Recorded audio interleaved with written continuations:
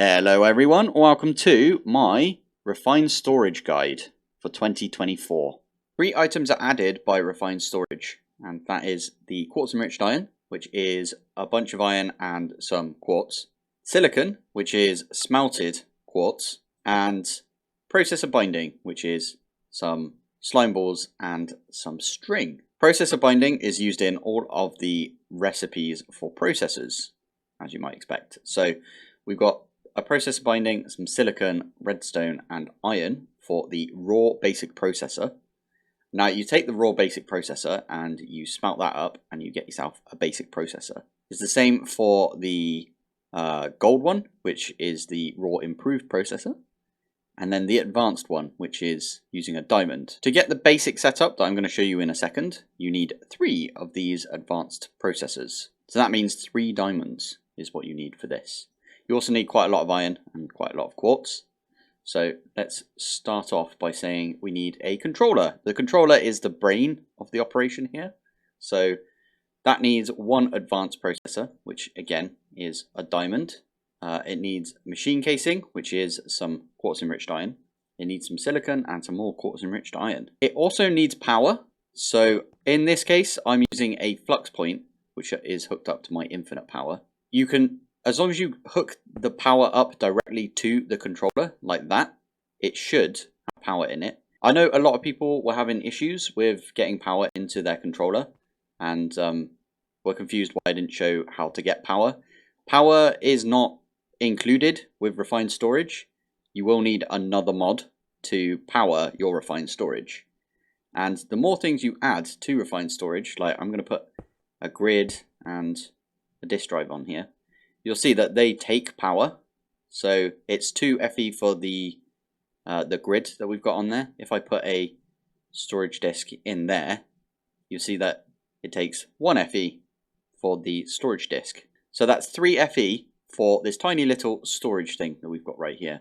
And right now, because we have only got a grid, by the way, I'll show you the recipe for the grid, that uses a construction core, a destruction core. Both of these are the basic processors with a glowstone and a basic processor with a nether quartz. An improved processor, which is the gold one, and glass machine casing, which again is the quartz enriched, and some more quartz enriched at the back there. And that will craft you a grid. Now the grid itself allows you to just access this as if it was a chest.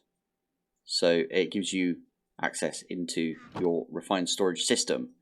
The items that you see in here are actually stored in this 1K storage disk. So if I take that out, you can see there's nothing in here and I can't place anything into the Refined Storage right there. There's 2 ways that you can use Refined Storage. You can either use it with a disk drive like this, which allows you to craft a bunch of disks and put them in there. Disks themselves use silicon, glass, quartz enriched iron and some redstone, and it's better to craft your disks up. What I mean by that is it takes 3 of the 1K storage parts to make a 4K storage part.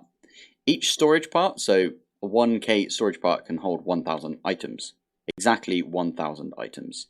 That doesn't matter if it's a pickaxe, which is half durability, or a shovel which is got 1 durability left, or 900 cobblestone. That can all be stored in the exact same disk.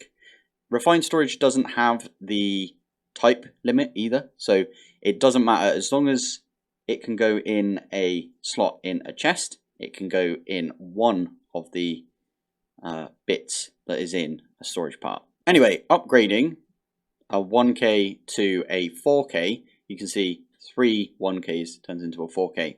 So you're actually saving yourself a little bit right there. 16K is 3 4Ks. 3 4Ks comes out to 12K. And a 64K is 3 16Ks, which comes out to 48. So you're actually getting a free 16K if you're making a 64K right there. Right now I have a 1K storage disk which has got items in it. So we can add the rest of these in if we wanted to. I've got a few bits in here that I think we should be looking at. And first off, I want to look at the external storage. So I mentioned that there's two ways of doing storage with refined storage, and there is disk drives, and then there's also the external storage. So if I stick the external storage on a chest right there, and I take the 64K part out, in fact, let's not use the 64K, let's use this furnace. If I put this furnace back in, it's gone into the disk. But if, for example, I take that furnace back out and I set the priority on this external storage to 10, and now I put in the furnace, it's gone into the chest. Now, an interesting thing is, let's say we take one of these processor binding out. So the processor binding is currently in this storage disk. If I were to put the other processor binding into this chest, and I take one of these processor binding out, just like that, because this is a higher priority, it will take it from the chest first. So there you go, it's taking it from this chest. The one that is in the disk, even though this is a lower priority, it will never take out of this one first. It will always search this inventory first. That means that when you put stuff into your system, it will always try and go here first. But it also means when it tries to pull anything out of the system, it will always try and look here first for the thing that you're trying to pull out. So if we put that back in, and I take both of them out, and then I put them both back in, you can see now they're both in here, and there isn't a processor binding in the disk. The external storage is actually really powerful, especially if you have large storage mods. So I've got a storage controller right here from Functional Storage. This is a drawer mod. So I've got 6 of these oak drawers, which I'm going to link up to this. So by right clicking on this, you can then add drawers to your controller. That's not what I'm here to show you though. What I'm here to show you is if you put an external storage on this, I'm actually going to set the priority on this to 20. Because I want things to go here first if they can. Now if we have a look in here, let's take this glass, this redstone, and let's take a bunch of these processors out as well, why not? So redstone we're going to put up here, we're going to put the glass in like that. One of these different types of processors, why not? Let's do that one and the destruction as well. There we go. So now, because this is all linked up, you can see right there that we have access. Thank you to Jade up in the top there. Jade says that there's 64K of this. Now the 63K. You can actually right click that back in. But this has got access because of the external storage. The refined storage system has got access to this drawer. All of the drawers on here. You can actually have many drawers on this, and you can up the storage on each of the drawers by quite a lot. I think it does go up to max int of a certain item if you get like the netherite upgrade for the drawers. Anyway, we're not here to talk about functional storage, we're here to talk about refined storage. So now if I have a look in here, again we can see all of this. If I take the glass out, I'm going to take out all of the glass. You can see it's taken out from there. If we put the glass back in, let's put it back in up there. Really useful, really useful. And this is the secondary storage. You notice that right here, these can't go in there. You can't place these basic processors in there. But if I place them in like that, it goes to this chest instead. It's worth mentioning that the disk drive actually also has a priority on it. And you can set it to -1, which is what I always try to do. Because that means this is the last place it will try and look before it stores an item or pulls an item out of it, right? So, for example, if we've got like some glass that we want to put into our system, and we forgot to set the priority on this, so this is priority of 0, and this is also priority of 0 right there. If we grab the glass out again and we put the glass back in, it will go into here because this is set to a priority of -1. Now, speaking of the grid, I'm going to show you a couple of bits up here. So there's a couple of redstone modes that you can set on. So this is only going to work now if you give it a redstone signal. or it will only work if it doesn't have a redstone signal. It actually turns the display off like that if it's not working. So that can be quite useful, especially if it's you know, if power is an issue for you. You can set the redstone, well, you can set the controller up to be only work with redstone signal. You can actually put a pressure plate right here, just like this, and then when you stand on it, it's giving the controller a redstone signal, and it means that you get access to everything whilst you're standing right here. Come off of it, and it turns everything off again. That only works if the controller is right there, though. If you were to... it does it the opposite way around as well, I like that. Anyway, we're going to get rid of that. So, the grid has got several modes right here. So there's actually an additional mode that you can only get in crafters, but we'll talk about that later. You've got a display mode, which is either normal, which is how it is right now, no craftables. So eventually when you've got crafters set up, you can actually craft things from this menu right here. And that one there I think is only craftables. We don't have any set up right now, so it's not going to show them. And then back to normal. There's the sorting direction, so in this case ascending or descending. So I always like to have mine in descending, so the ones with the most items go at the front. There's a different type of sorting, so sorting type, we've got quantity, we've got name. So wireless right there, if we do it the other way around, 4K, 64K, advanced processor right there, and then basic, so A, B, cable is C, chest is C, cord is C. Okay, all of these are C. There's a lot of C's in there. Okay, there's destruction core right there, D, so on and so on. ID, so these are the IDs that you find them in JEI. We've got last modified. So I believe if I do that, chest was the last modified. If I take these ones out like that, put them back in, they'll arrive at the top. Take the pattern grid out, put it back in, and that one will go there. And then back to quantity. I like to have it on quantity, and then we can see, you know, the thing with the highest quantity in our system. The next thing is the search box mode. So there's normal auto selected, and what that one does is when you open up and you start to type, it will automatically type up in the grid right there. So that one's quite useful, or can be. There's JEI synchronized, so if we close and then open, and then we type in here, it's going to type it in JEI as well. There's JEI synchronized auto selected, which again is if you come out of this and you go back in, it's automatically selected up the top there. And finally, there's JEI synchronized two-way, which is really good because if you type in here, chest, for example, and then you click into this, it will automatically change it up here. I always have mine set to JEI synchronized two-way. Just it's the most neat one, I think. If you've typed something in here outside of your crafting grid, and then you go into your crafting grid, it can, if it's on a different, like JEI synchronized, it will blank it out, which is sometimes not what you want. And finally, there's the size. So you can have a really small little grid, you can have a medium grid, you can have a large grid, and then you can have the stretched one, which is, it depends on what your GUI scale is set to, because it does look very different in all the different GUI scales.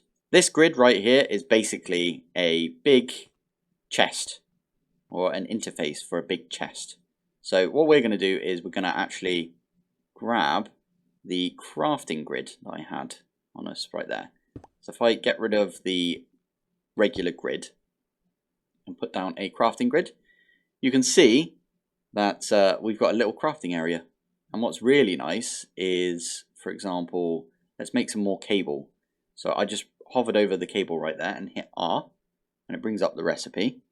And we can do move items, and it will move it from your system over here. Now, what is really nice is that it will actually not use these items right here. It will use the ones from your system. So if I do make these, you see that it took all of the items from our system. It did take a few from here because we didn't have enough. But it took all the items from our system and it used all of these items. So if I close that, put some more back in, perfect. And let's actually put them back in the right place. So next up, we're going to talk about the importer and exporter. So the easy way to think about the importer and exporter is that the exporter exports from your system into inventory, and the importer imports it into your system. So into is how I think of the importer. Another way of doing it is you just have a look at the actual things themselves. You can see right here the importer is pointing towards the cable that we've got right there. So I'm going to place a cable here, place a cable here.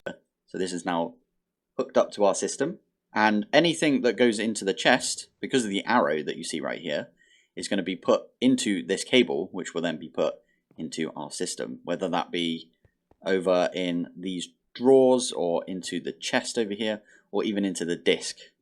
So let's grab, I don't know, a piece of glass. I'm going to put a piece of glass in here, and it will be sucked up and put straight back in the system.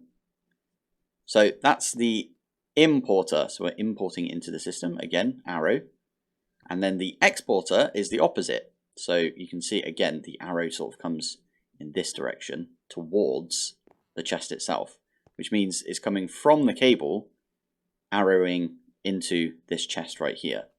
So the exporter requires a filter. So in this case, I'm going to put a filter of, let's get some cable. Cable is a good one to see. So we put the filter of cable right there. You can see our cable is going down right now, and we're losing our cable because it's going into this chest, which is not hooked up to our system at all. So if I take this back out and I put all of these back in, you'll see it going down and this going up. Very useful. There's a few upgrades you can put in here. So there's a stack upgrade, which we've got right there, and some speed upgrades. So the speed upgrade is a load of quartz enriched iron, improved processor, and some glass. That makes the upgrade, and then we've got some sugar, which makes it into a speed upgrade. And then you use 4 speed upgrades and some more sugar to make yourself a stack upgrade. So that has already put all of the cable in there, but if we put all of the cable back in up there, and then put 3 speed upgrades in here, you'll see that is much quicker. It's pulling out of the system way quicker than it was. And if we put a stack upgrade in, it's already done. So we put this 10 in, and it's gone. 64 in, and it's gone, because it's already in here. Stack upgrade pulls stacks at a time, and speed upgrades speed everything up. I wanted to just explain what this thing down here is, the exact mode for this. So right now we've got exact mode on, and I placed this iron pickaxe with durability of 8 into the filter up here. So if I was to just click this and put these in there, so that's iron pickaxe right there and there. Those two, which by the way, these are 2 different ones, do not go into the chest. If I were, for example, to turn fuzzy mode or exact mode off, both of them went into the chest. You can see that they've gone from the system. And obviously this one's going to go in as well. So that's what the exact mode does. As long as it's, similar, it's got similar stats or whatever. So an iron pickaxe is always an iron pickaxe. If it's got enchants on it, then you can always just turn the exact mode off and it will still pull it out. Doesn't matter what the MBT data is when you turn the exact mode off. Now the importer is also quite interesting because it's got a white list and a black list. So you just change those modes by doing this. So when it's on blacklist mode, it means anything can be pulled in. So I'm going to do that right here. See, all of that cable is being pulled in. If we were to say you're only allowed to bring in by putting a whitelist of stack upgrades, it stopped inputting all of the cable. But if I were to put some stack upgrades in there, it will pull that in easy enough. So there's the opposite way around as well. If I grab that stack upgrade out again, the blacklist means that if I put in this stack upgrade, just like that, and then other stuff, it will only pull the other stuff. It won't pull out the stack upgrade. So there we go. Everything has been pulled out except the stack upgrade. Even the speed upgrades will go in. It's worth mentioning as well that the stack upgrade and the speed upgrades do also fit in the importer. And there's two types that you can do with the importer. So it's the same with the exporter. There's fluid types and item types. So fluids mean if you've got a tank or you've got something that is holding liquid, you can, with the importer, pull that liquid into the system. So I didn't mention it earlier, but there's actually another type of storage disk, which if we go, we find storage. There is the 1K in this case is actually 64K fluid storage part, and you can use this with a storage housing, which just looks like this, to make yourself fluid storage. So you can actually, for example, if you've got a tank full of water, you can pull that water into your system and have it stored on a disk. Or you can do the same with lava or any other liquids in the game. However, you can't do both on the same importer. You can have two importers on the same block if they have liquids and items, but they'd have to be on different faces of that block. So now I'm going to give you a little practical sort of look at what you can do with the importer and exporter. I'm going to use a furnace as the example. So we've got the importer right here. I'm actually also going to show you how the wrench works. So I did the importer on the white concrete right there. So it's trying to import stuff from the white concrete. Can't do anything with that. But if you right click it, it does rotate. So if I do this, it's going to rotate all the way around. And I want it to be pointing upwards. So now if I place a furnace on just like that, you can see that again, the arrow, you can probably see it better like this, there you go. The arrow is pulling from the furnace right here. And if I shift click, you have to shift click on a furnace because if you right click it with something, it would just open the furnace. So shift click the exporter right there. And I'm going to tell it to export coal. Now I don't have any coal in the system, so this is not actually going to fill up with coal. But we can put some coal in there right now, and you'll see this is filling up with coal. So that means when you get back from a mining trip, you can just stick all of your coal in your system, and it will automatically fill up all of your furnaces if you've got loads of furnaces along the way. I am going to put some nether quartz into the furnace, because this will produce some silicon for us. So we've just been to the nether, we've got some nether quartz and we put it in our furnace because we want to make some more refined storage gear, and it just made me a silicon right there.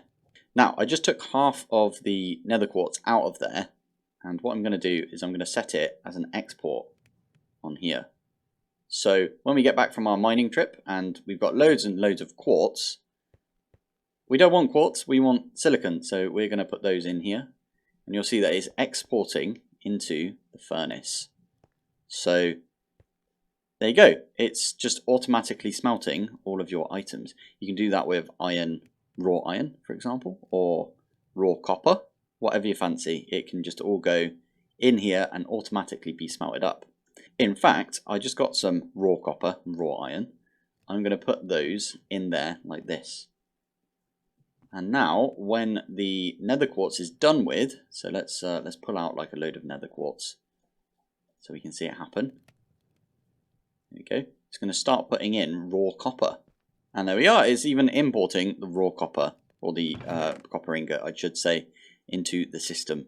So that's the importer and the exporter right there. Next up on the list is I've got a destructor and a constructor. So the constructor is relatively easy to understand. So what the constructor does is when you place it wherever its face is, so that's the blue part, it will place down a block. So for example, if I take this pattern grid and I use that as just like an exporter, it needs a filter. If I do that and then I put this here, it's going to place the pattern grid down. It can actually do this with any block. So for example, I've actually got one of these pieces of osmium ore right here, and oh yeah, it put it back down. Brilliant. What we could do is we can take that out and we can put osmium ore as the thing that the constructor is going to place down. So if I do this, you can vaguely see it off in the corner there. If I do that, there you go, it placed the osmium ore. So that's a constructor. It will place things out into the world. The destructor is the opposite. So I'm actually going to put the destructor on the side of it here. Now this isn't linked up because there's no cable going to this. I do have a cable right here. If I were to put the cable down, the destructor will destroy the osmium ore as if it was mined. Now there's a couple of upgrades that we can put in this. The main upgrade being either a Silk Touch upgrade or a Fortune 1, 2 or 3. And that will, if it's got a Fortune 3 for example, do a Fortune 3 pickaxe on it. Or if it's Silk Touch, it will just pick it back up, Silk Touch wise. So I'm going to connect that up right now. Because this doesn't have anything in there, it's just given us one raw osmium. What is really nice is we can actually give this a bunch of osmium ore right now. So osmium ore. And this will just mine it up. And that means that we'll get loads of the raw osmium. So I have 51 osmium ore. There you go. That's being mined up, placed, and then mined up. Placed, mined up. We can also take osmium ore out of here. And we can place it in here. In fact, I'm not going to do that. I'm going to drag and drop it from JEI. And there you go. When this is done with all of the raw copper, it will move on to either the nether quartz, the raw iron, or the raw osmium. Again, just like the importer, because the destructor is like an importer, but an in-world importer, you can change this to have a whitelist or a blacklist. So we're going to whitelist osmium ore. Yeah, let's do that. Osmium ore. There you go. So it's going to place all of those things. If we were to put a different item in there for it to place down, so like the pattern grid again. Oh, I've got the pattern grid on me. Brilliant. If I place that one down, it's not going to mine it up because it is not allowed to because of the whitelist. If I turn that whitelist off, there you go. It's just going to place and break the pattern grid over and over and over. I'm going to turn that one off for now. Next up, I want to show you the pattern grid. So the pattern grid is what you use for patterns. So if I put some patterns up in the corner here, we can set up a pattern for an input that becomes an output. So right here, this is actually just a regular craft. So for example, if we wanted to set up a auto craft for the 1K storage part, we can do that by either drag and dropping all of the items in right here. So we can actually do that. We get rid of the silicon right there. We can just click it in like that. That writes it to a pattern. And now if we were to put this pattern in a crafter, so there's my crafter right there. This can be anywhere on the system. So I'm going to put it right there. I'm going to put the pattern in right there. If we have a look in the system, you can see we've got the ability to make a 1K storage part. You don't need any processors or anything like that to get this running, no CPUs or anything like that. You just need to click start and it will go off and it made me a 1K storage part. Do that again. If you want to craft something, so right now if you click on it, it doesn't have anything there, so the only thing you can do is craft. Whereas if you've got something in there, if you click on it, you'll pick up the item that's in there. If you want to craft something and you know it's got a recipe behind it in a crafter, then you can click Shift, Control, and then click. If you hold those two down and then click, you can do another. And there you go. And you can do that from the pattern grid, you can do it from the crafting grid, wherever. So the side where the little dot is, the black bit with the little dot with the crosshatch, this is the side that you can use for processing.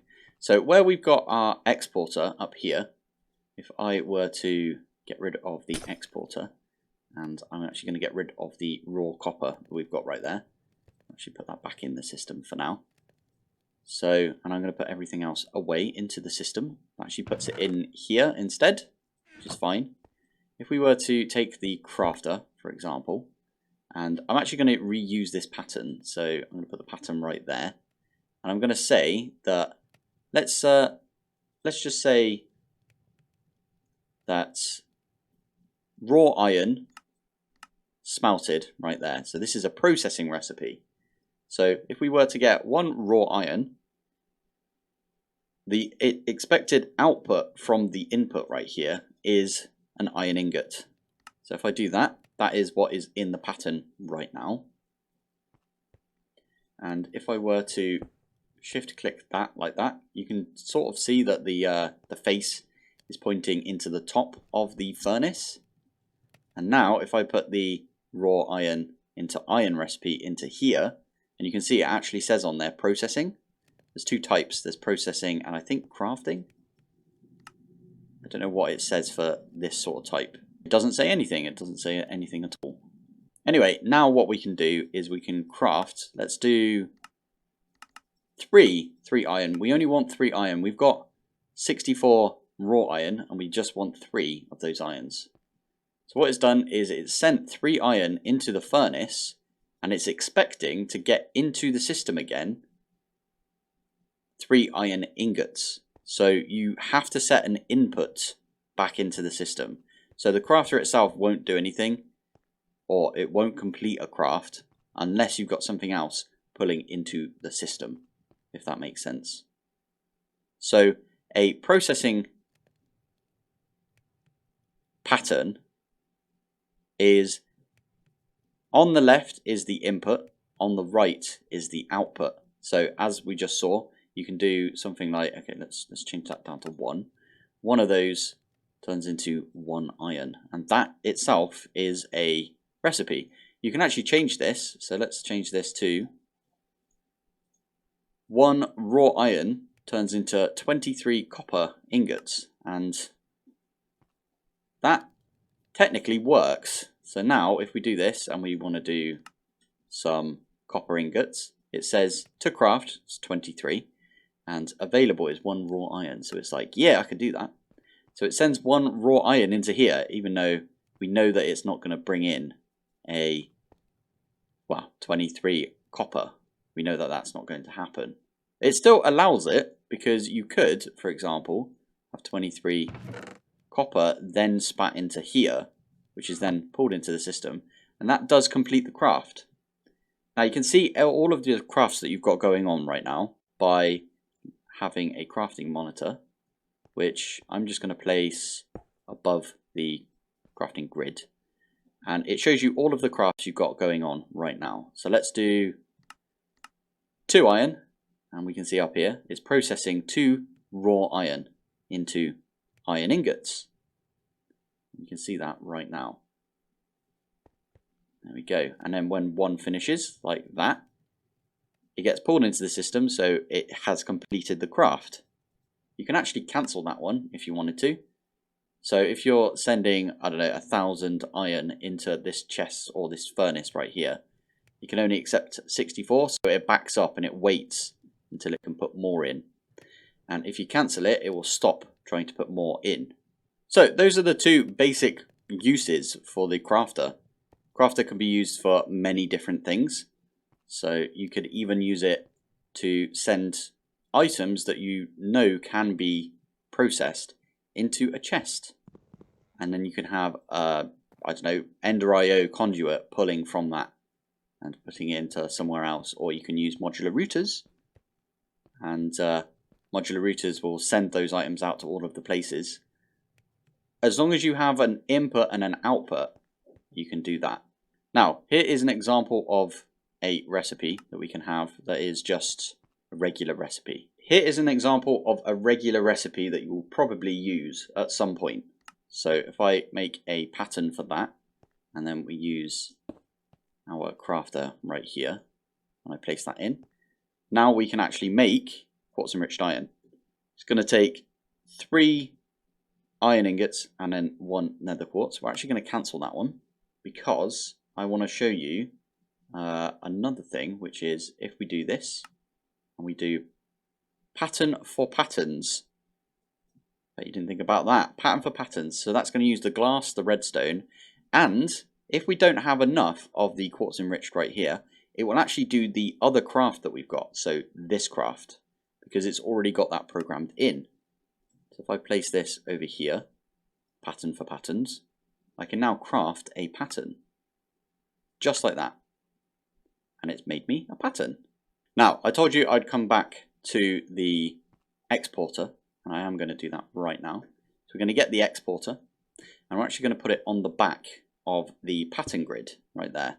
I also need a cable because we need to cable this up. Technically that wasn't touching because the cable was on this side, and now it is touching the system, so that's on there. So we've got an exporter, and I can put an exporter for patterns on the pattern grid. Now if I were to, for example, put this pattern in, it exports it straight into the pattern grid, into the pattern area. Now earlier I did say that there was another type of upgrade that I hadn't mentioned yet, and that is the crafting upgrade. So crafting upgrade is made just like the speed upgrade, except it uses a construction core and it uses some crafting tables. And what we can do is we can use the crafting upgrade, we can place it in like that, and if we have a look up here, the crafting monitor is monitoring that we're crafting loads of patterns, and that is because the exporter is actually using the crafting upgrade to craft as many patterns as it can fit into this system. I did go and get loads more quartz enriched iron so we can put that in, but that is slowly making us patterns and then exporting them into the pattern grid. So that means you never have to think about patterns again. Now it should stop making patterns right now, but for some reason there's a little bit of a bug with refined storage where it doesn't, and it tries to put a pattern in here, which is not what we want. So you might want to disable this. I'm going to disable it right now, which means I can take that one out and put it up there. So I'm going to do a pattern for, I'm going to make a pattern for the 64K fluid storage part. So let's do one of those. I'll place that in here. And I know that if I click on this, I know that I don't have a bucket. So I'm going to grab a bucket real quick. There we go. I added a bucket to the system. Let's do it via the crafting grid. So if I click on that, it's going to make us a 64K fluid storage part. Now, I also need this. If I do this, it's going to try it, but it can't make it, right?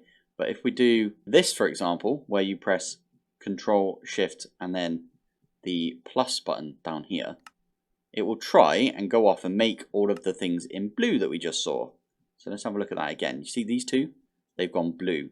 It knows that we've got this one over here. It knows that we've got the basic processor, quartz enriched iron. It knows we don't have the bucket, which is why it's gone red. But it also knows that we can make these two. And by pressing Control and Shift, it wants to try and craft those things for you, but obviously it can't because we're missing buckets. So that was crafting using the crafters. Let's have a look at wireless. So I've got a wireless terminal right here, which you can make using an ender pearl. This also uses an advanced processor. So this would be number 4 on the list, although the crafters also use advanced processors. But yeah, we're going to use a wireless terminal, and we're also going to use a wireless crafting grid. Now, if you've got base game refined storage, this is actually an add-on. So apologies to you, but it is an add-on, and it's the only, there's another add-on that you can get, but it's the only one that gives you a crafting grid. Normally, you'll get a wireless grid, which again, as we've discussed, is just a big chest, basically. You can get a wireless fluid grid, wireless crafting monitor. Those are the only 3 that you can get. This, as I said, is an add-on. So we're going to use this add-on because we've got it installed, but you might have the same experience without the crafting aspect of it if you're doing this without this mod. So the way that you do this is you place down the wireless transmitter. It has to be somewhere on your network where it's getting power. And you can see right there it takes 8 FE per tick. And if we hop up here, if you take your wireless crafting grid, shift right click either on the antennae or on the controller, and what that does is it binds it to this system.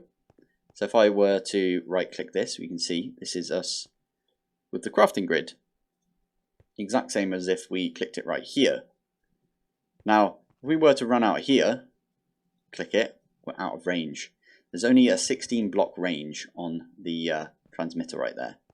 Now you can make it bigger if you put in a range upgrade. So if we do that and we run over here, still access it. Over here we can't. Over here we can.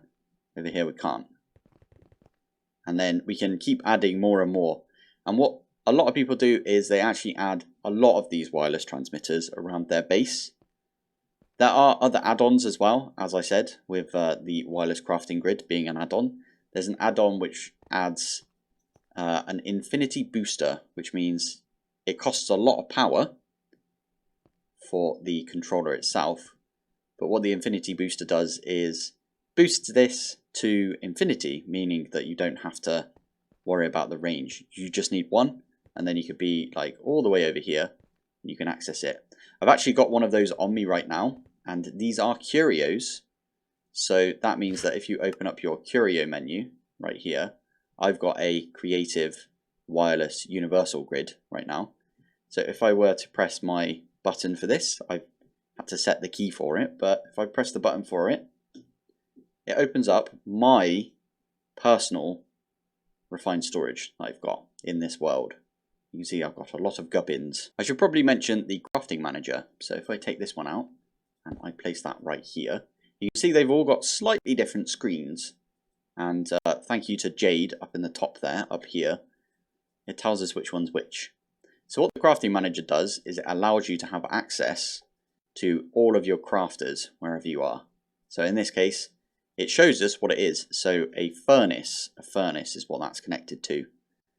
And those are the two patterns. We can actually pull that pattern out. We know this one is a dud because it's not at all what comes out of that. So we can take that, plonk that back in our system. But then we can also move patterns about. So that one, the pattern for patterns, just went over there. Place it back where it was. So crafter pattern, there it is. So that's really useful, especially if you've got like a ridiculous amount of crafters on your system. It's just super useful to have one of these. Although it's kind of expensive, all of these are kind of expensive to set up. So onto the final stretch. The last few items are as such. We've got the detector. So this actually scans the refined storage system and emits a redstone signal when an item is above a certain amount. So for example, if I use this network card and I set it to equals 0, you can see I don't have any network cards in our system, so it's applying a redstone signal. Now we could actually set the importer right here to require only work with a redstone signal, and that way this is now powered. So if I were to put in, I don't know, this network card and this network receiver, because the network card goes in and is then put into our system, it does not equal 0 anymore, meaning that this is not on anymore, and it doesn't pull in the receiver. So let me grab that card back out. You can see that that again has gone back to where it was. We can change this to be equals 1. Oh, just 1, please, thank you. So right now that is off, meaning that this isn't working. If I put this receiver in the chest and then I place the network card into the system, this comes on and it pulls the network receiver into refined storage. There we go, and we're going to grab those two bits out because we're going to use these in a second. Now, there's different modes that you can have for this. So you can have 1 if the number of network cards in the system equals 1, emit a redstone signal. If it is greater than or less than, emit a signal when above the amount of 1. Yes.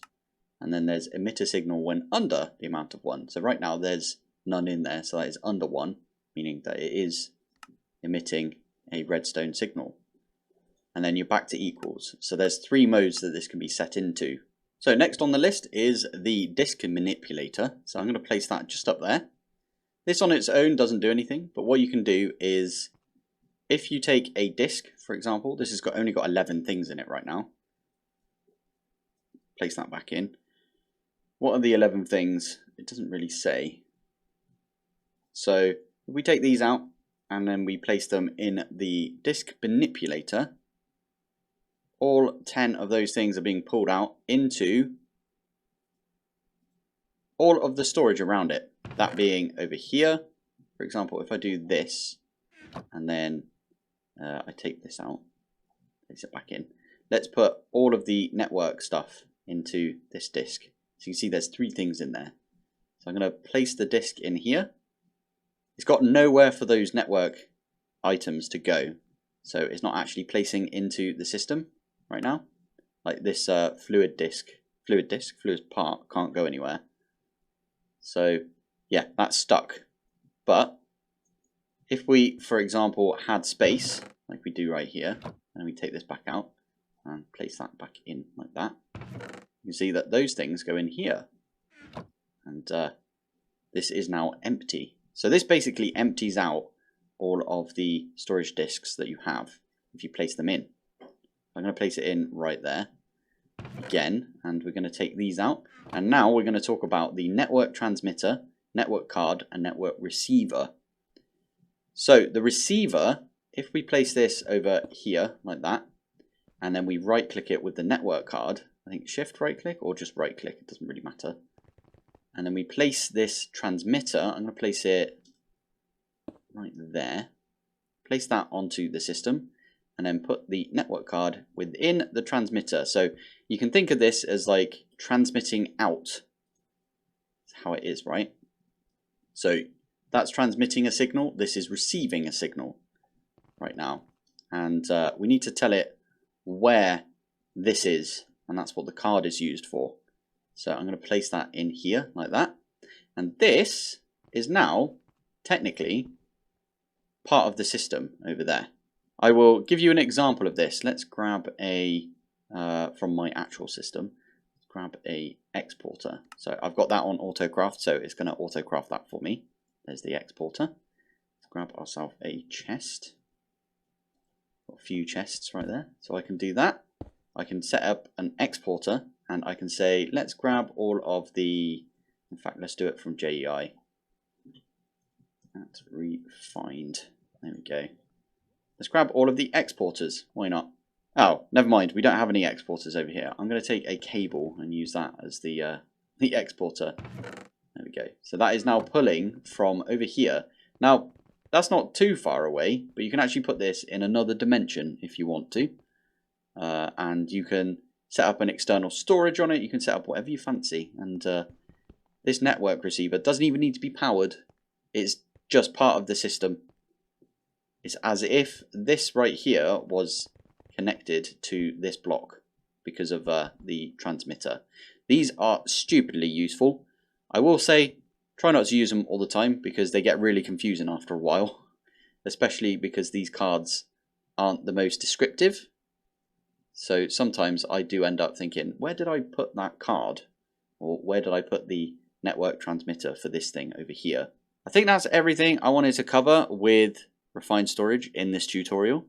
If you've got any questions or you just want to talk about refined storage or show off some of your refined storage, then shoot over to the Discord. The link for that is in the description. Thank you for watching, thanks for joining, and I will see you in the next one. Bye.